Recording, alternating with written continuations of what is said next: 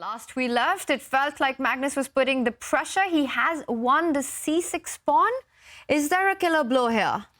Feels really, really shaky for black. White can give a check, for example. White's rook can lift up to c8. And, OK, the most natural move is a strong one. You need the follow-up, of course.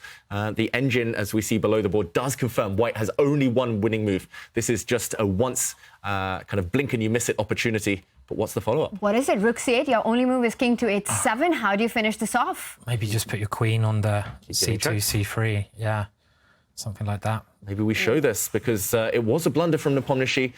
Maybe just taking his eye off the ball here. It looks like rook to c8, suggested by the computer, is best, forcing the black king to the side of the board. And Simon, you had an idea. Well, I was thinking queen c2 to force g6. And once you go g6, to try to get the queen in on the dart squares. So you go queen c3.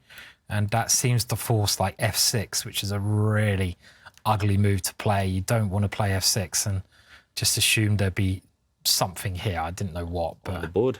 And here, I guess, White could just step the pawn forward, maybe bring his rook to c7. Instead, Nepomniachtchi defends with this creative move, knight to f6, but this is ignored. Of course, taking the knight would have lost the white rook, so he just pushes his pawn forward, and huge threat, rook c7. Could be a killer. Yeah, I like that. The pawn joins the party, and rook c7 with the knight on f6 hanging. How do you fight that? He is going for the counter offense with the move b4 on the board. How does White keep everything intact? Because you've got to keep the rook defended on c8. You have to keep this piece, under watchful gaze.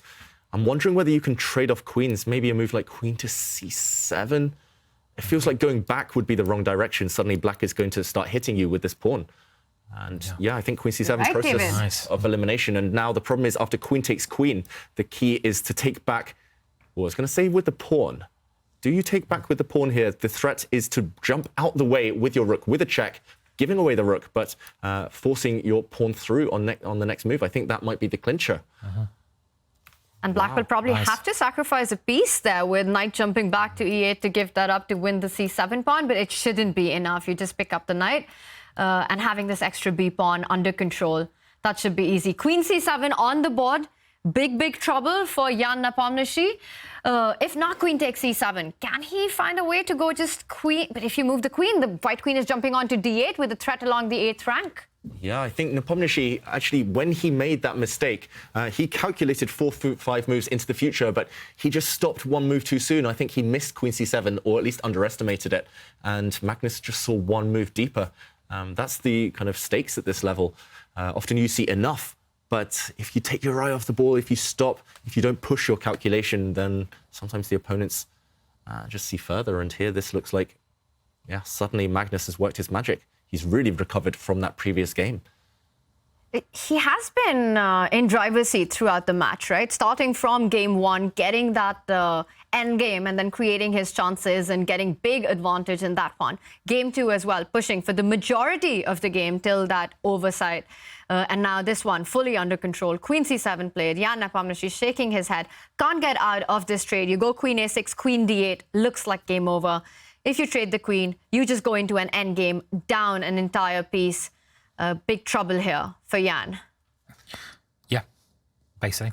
It looks really difficult. And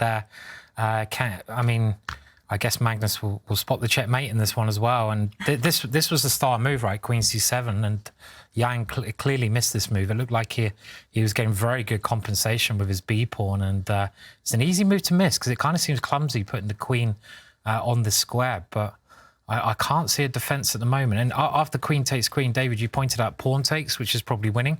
Maybe rook takes is also pretty close to winning. You know, queen takes queen, rook takes might be a little bit cleaner. So Nepo trying to give his king some room to breathe here, but that doesn't look like it's gonna. I mean, at least the white knight is pinned because if you could start using the white knight, it'd be tricky, and that does create a threat. Pawn g4. Don't go queen d8. Yeah. Queen d8 would be a huge blunder, actually, a game-changing blunder, full 360. Black just plays g4, calls the bluff. This is just one check. The black king going to run. and it can continue running. And okay, Magnus has found a stronger move. He takes the queens off the board, no more pin on along this diagonal, and the clincher, rook c7. Same idea that you mentioned, Simon. Yeah. Rook takes rook, allows the pawn to promote, no stopping that. And if you don't go for the trade, if you move your rook, then the problem is rook takes pawn is a double attack, a fork on the king and knight. And if the black king moves, then you jump in with a check, defending your rook simultaneously.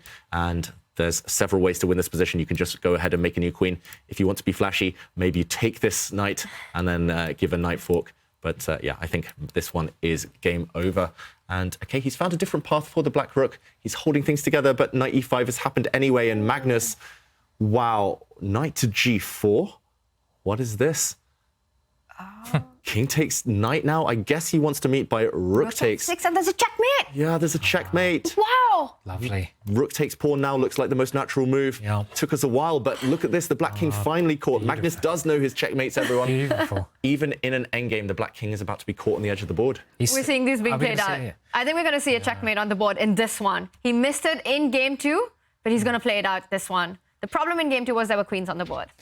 He was so angry. He missed that checkmate in the last game. He had to prove to everyone that he can do it. And this is quite a beautiful way to finish the game. Really beautiful. And if you go g4, there's rook f5 as well coming in. You really can't fight it. White will end up queening, and that is it.